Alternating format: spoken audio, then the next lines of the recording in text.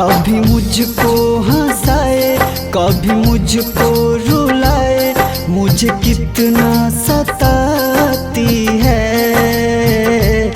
कभी मुझको हंसाए कभी मुझको रुलाए, मुझे कितना सताती है। वो लड़की बहुत याद आती है, वो लड़की बहुत याद आती है, वो लड़की बहुत याद आती है, वो लड़की बहुत याद आती है।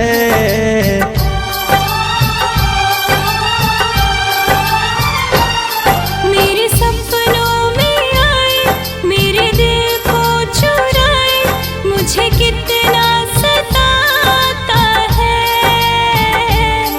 वो लड़का बहुत याद आता है, वो लड़का बहुत याद आता है, वो लड़का बहुत याद आता है, वो लड़का बहुत याद आता है।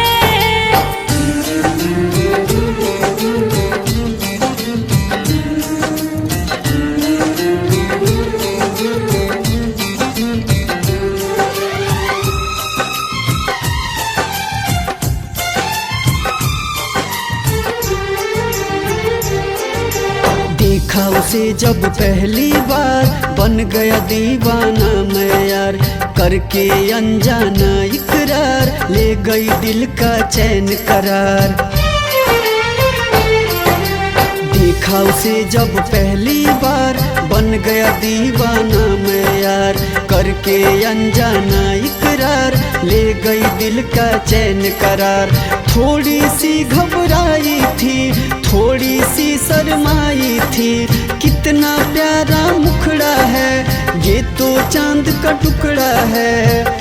जाने कहाँ छुप जाती है, वो लड़की बहुत याद आती है, वो लड़की बहुत याद आती है, वो लड़की बहुत याद आती है, वो लड़की बहुत याद आती है।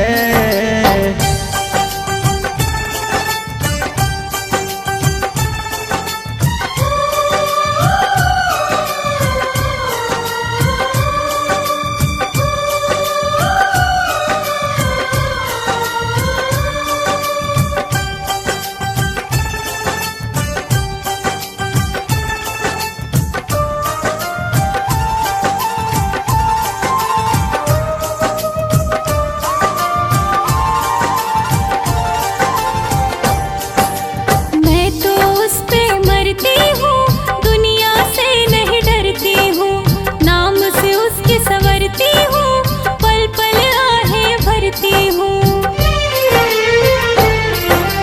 मैं तो उस पे मरती हूँ, दुनिया से नहीं डरती हूँ, नाम से उसके संवरती हूँ, पल पल आहें भरती हूँ।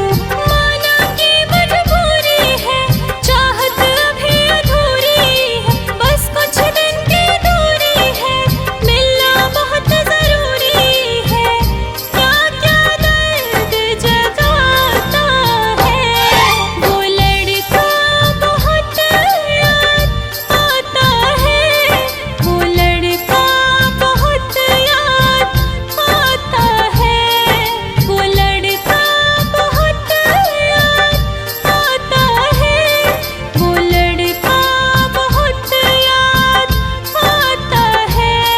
कभी मुझको हंसाए कभी मुझको रुलाए, मुझे कितना सताती है।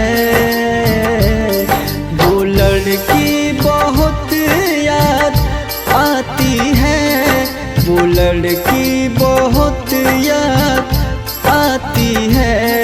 वो लड़की बहुत याद आती है, वो लड़की बहुत याद आती है।